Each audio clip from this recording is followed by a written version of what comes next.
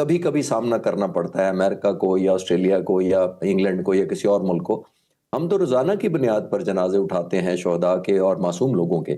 تو ہم سے زیادہ کوئی نہ تو کوئی اویئر ہے، نہ سے ہم سے زیادہ قربانیاں دینی کسی نے، اور نہ زیادہ ہم سے زیادہ کی انڈرسٹینڈنگ کسی کی ہے کہ یہ کیا ہوتی ہے. کنڈیم کرنا چاہیے ڈیفینیٹلی اس انسیڈنٹ کو بھی، اور اس کے جو فالو اپ ہے جس کو ایکسپلائٹ کیا جاتا ہے اپنے فائدے کے لیے اور میڈیا کا ایک نیریٹو بلڈ کیا جاتا ہے، وہ بھی افسوسناک ہے. بالکل ٹھیک ہے. بلوچ صاحب آپ کی جانب آؤں گی. ایسے واقعات میں پاکستان کو عالمی سطح پر اپنا موقف مؤثر انداز میں کیسے پیش کرنا چاہیے؟ اس سے پہلے بھی ہم نے دیکھا کہ پاکستان نے واضح طور پر بھارت کے جھوٹے الزامات جتنے بھی تھے اس حوالے سے سارے ثبوت جو ہیں وہ پوری دنیا کو دکھائے ہیں، اور اس ایسے موقع میں کہ جب وہ جو شوٹر ہے وہ بھارتی ہی نکل آیا ہے ابھی کی اطلاعات کے مطابق، تو آپ کیا سمجھتے ہیں پاکستان کے پاس ایک بہترین موقع ہے کہ وہ عالمی سطح پر اپنی آواز بلند کرے پھر سے؟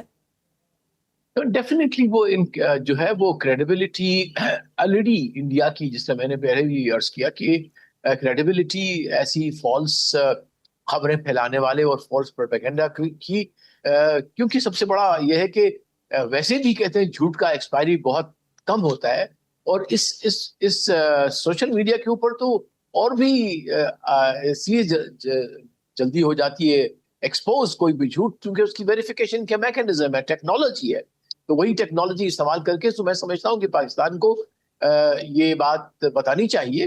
Of course we don't have to go overboard, دنیا کو پتہ ہے اس کا.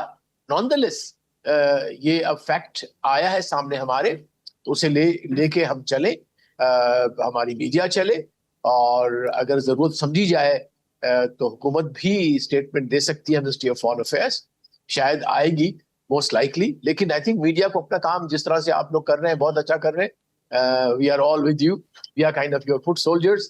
تو ہندوستان کا چہرہ دکھاتے رہیں اور ہم آپ کے ساتھ ہیں. بالکل ٹھیک ہے. خالد صاحب، ہم نے دیکھا کہ جب پہلے شوٹر کی نام کے حوالے سے انہوں نے اندازہ لگایا بھارتی میڈیا نے خود سے کہ یہ پاکستانی ہے، اور ایک پاکستانی معصوم شہری جو ہے اس کی تصویر انہوں نے چلانے شروع کر دی بغیر کسی تحقیق کے، اور بعد میں اس نے ویڈیو بھی بنائی کہ میرا نام ضرور ہے سیم شوٹر کے ساتھ ملتا ہوا، لیکن میرا اس سے کوئی تعلق نہیں ہے اور میری تصویر نہ چلائی جائے.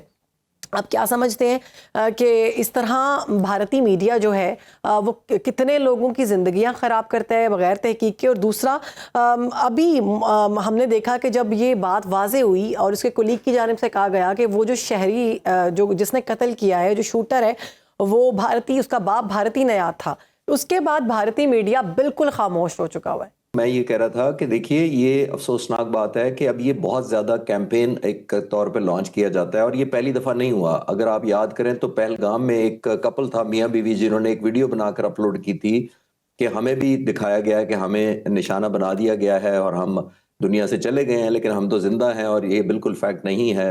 ان کو ڈینائی کرنا پڑا تھا انڈین کشمیر سے ایک ویڈیو بنا کے. ابھی بھی وہی ہے کہ جو ہی ایک دھماکہ ہوتا ہے، کوئی ٹیررزم ایکٹیویٹی ہوتی ہے، وہ ایک کیمپین کے طور پر لانچ کی جاتی ہے کہ کہاں پاکستان کا کہیں سے کہیں نام ملایا جائے.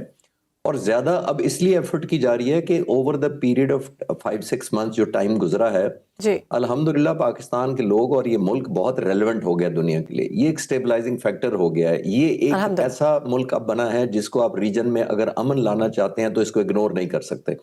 جو ظاہر ہے کسی بھی ہمارے دشمن کو نہیں بھائے گا، اور وہ نہیں چاہیں گے کہ ہماری ریلیونس ہو، ہماری ایک انگیجمنٹ ہو دنیا کے ساتھ، ہمیں ایک ویلیو کیا جائے، کیونکہ یہ ارن کی ہے. کوئی ایسے ہمیں بھیک میں نہیں دے رہا. یہ جو ویلیو کا ہم حاصل کی ہم نے، اور ارن اس طرح کیا کہ ہم نے ثابت کیا ہے کہ ہم اپنی سوورینٹی کا دفاع کرنا جانتے بھی ہیں. لوگ مسلح افواج کے پیچھے تھے، جو پاک فضائیہ نے کر دکھایا وہ دنیا اس کی گواہ ہے، تاریخ کا حصہ بن چکی ہے.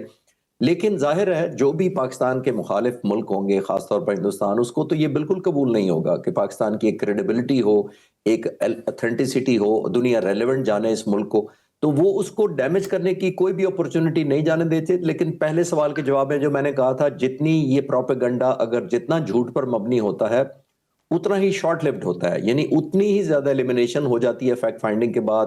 میڈیا بہت رسپانسبل ہے اوور آل، میں انڈیا کی بات نہیں کر رہا، بٹ گلوبلی دنیا بہت زیادہ انٹیلیجنٹ ہے، جرنلسٹ پھیلے ہوئے ہیں، ڈیوائسز ہر ایک کے ہاتھ میں ہیں. تو منٹوں کے اندر اگر آپ کا بلڈ کرنے کی کوشش بھی کرتے ہیں تو وہ کریش بھی کر جاتا ہے. اور لانگ ٹرم میں ایک فائدہ ہوتا ہے کہ ایسے جو عناصر ہوتے ہیں ان کی کریڈیبلٹی بھی obviously کمپرومائز ہوتی ہے، اور اگلی دفعہ لوگ ان کو نہیں دیکھنا چاہتے ہیں. بالکل. بہت شکریہ. ہمارے ساتھ موجود تھے جی آر بلوچ صاحب اور خالد صاحب.